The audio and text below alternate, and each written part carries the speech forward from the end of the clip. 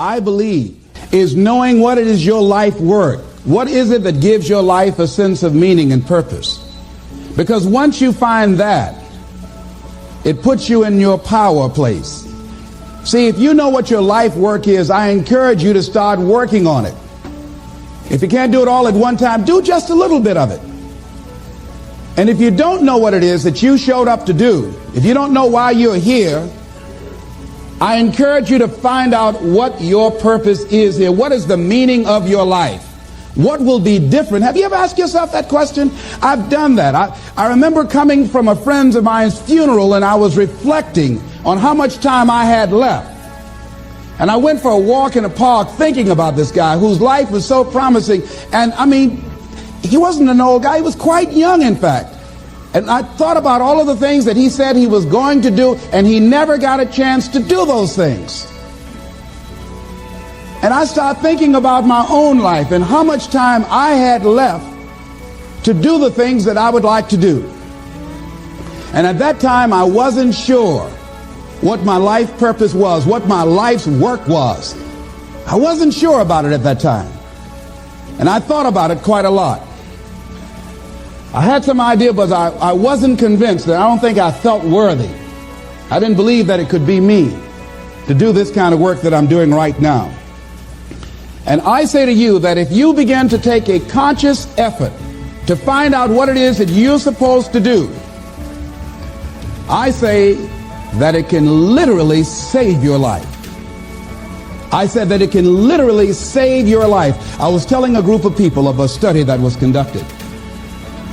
Dr. Larry Darcy, who wrote a book called Recovering the Soul, he said, human beings are the only living species that has achieved the dubious distinction of dying or having a stroke or a heart attack on a certain day. If you ask most people, what would you say the primary cause of why people will have a heart attack or stroke? Many people will say, well, because they smoke cigarettes, or because of high cholesterol, or because of stress, or because of obesity. And all of those things are contributing factors. But ladies and gentlemen, more heart attacks take place in this country on Monday morning between 8 and 9 a.m. That's when the majority of people who have their first heart attacks have them.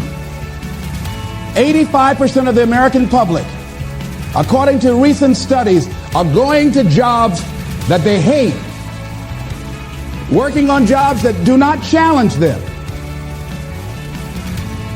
They get sick thinking about going. Migraine headaches.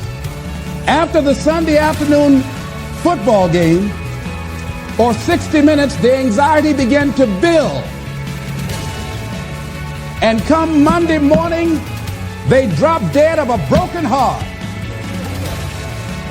Some of you ought to think about not going to work on Monday. Think about that. People are literally dying to go to work. Because, see, when you go to a job and you already know how far you can go, you can already see that proverbial glass ceiling.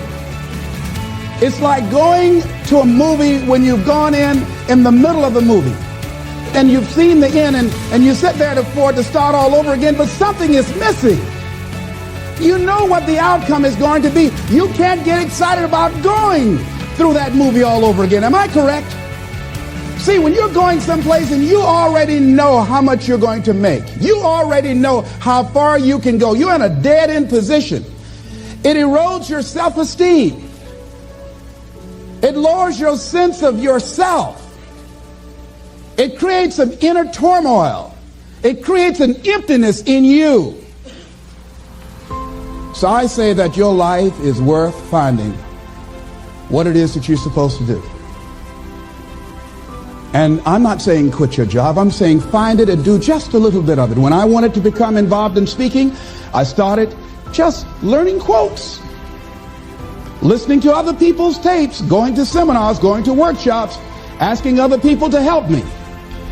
Just start working at it just a little bit, but do find out what your work is and hold on to it, and don't let your dream go. Don't let it go. See, and here's something else I want you to begin to look at. Why is it that most people don't pursue their dreams or don't do better than what they're doing if they're capable of doing it? I think that many of us don't go the next step because we don't know what to do yet. And I say that the reason that we don't even explore the possibility of what to do is because subconsciously we don't believe that it can happen for us, and we don't believe that we deserve it. So here's what I'm suggesting. How much time do you spend working on you?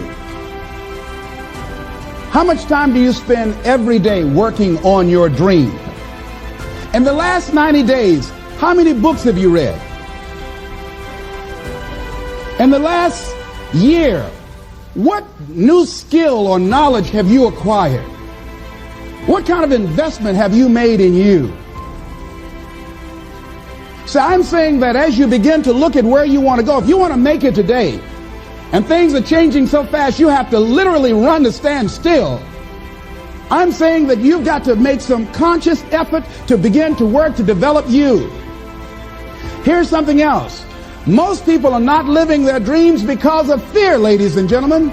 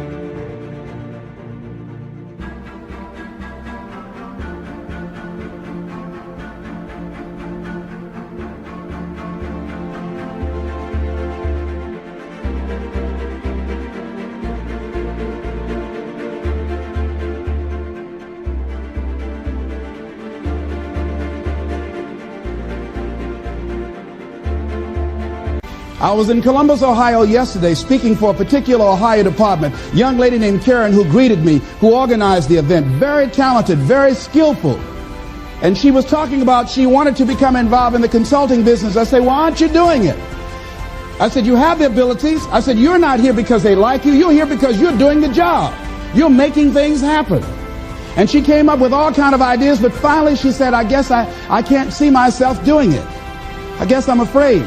Fear, limited vision, and lack of self-esteem is what keep most people doing things they don't want to do. I flew from Columbus, Ohio to Denver, Colorado to a major communications company, and the person that picked me up at the airport told me about the fact that the company was planning on having a major downsizing, and they offered some of the employees there an early retirement, and some of them will earn as much as $300,000.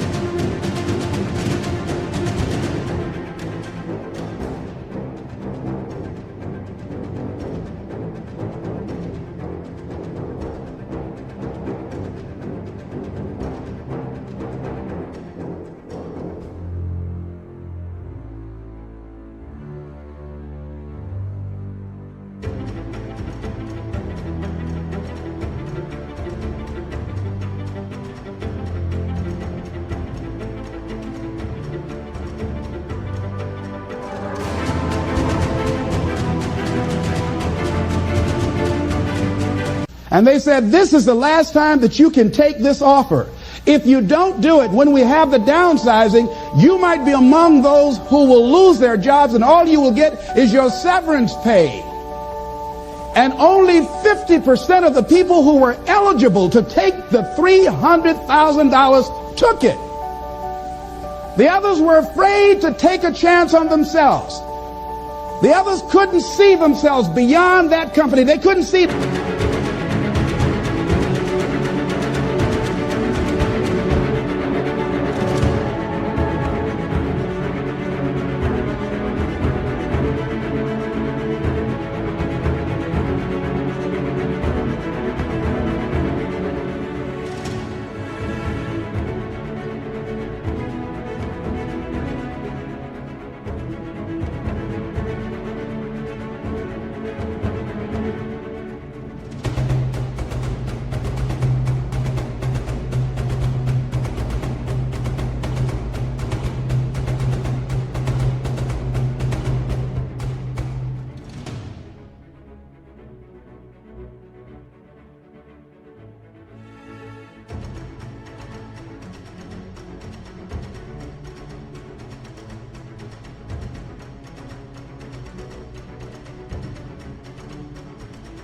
life after that company.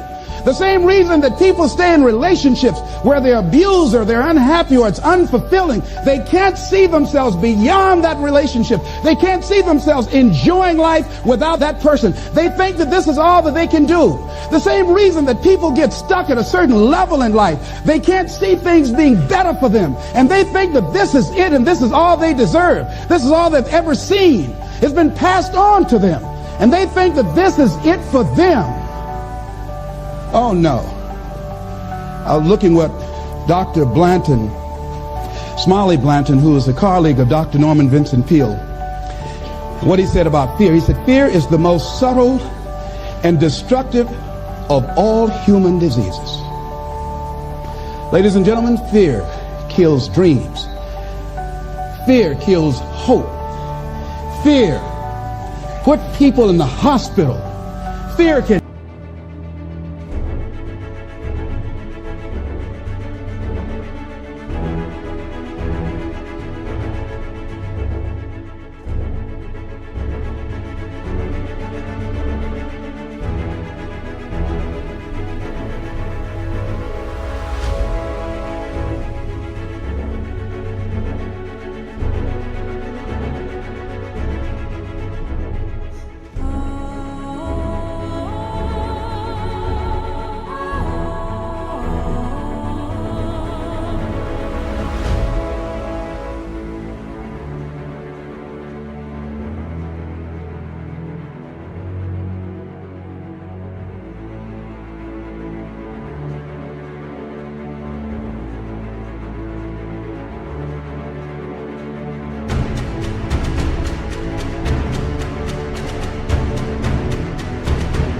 aid you. Fear, ladies and gentlemen, can hold you back from doing something that you know within yourself that you're capable of doing, but it will paralyze you. And it seems like you're in a hypnotic spell. And I ask you a question, what is the benefit? What's the benefit of allowing fear to hold you back? What's the benefit of giving up on yourself? Of not stepping out on life and taking life on? What is the benefit for you? What's the plus in that? It's one of the things I had to ask myself. So I didn't want to make any mistakes. I wanted everybody to like me. I wanted to be perfect the first time I did something. It's not going to happen. You're going to make some mistakes. You're going to hurt some folks' feelings. You're going to create some enemies whenever you decide that you want to begin to take life on.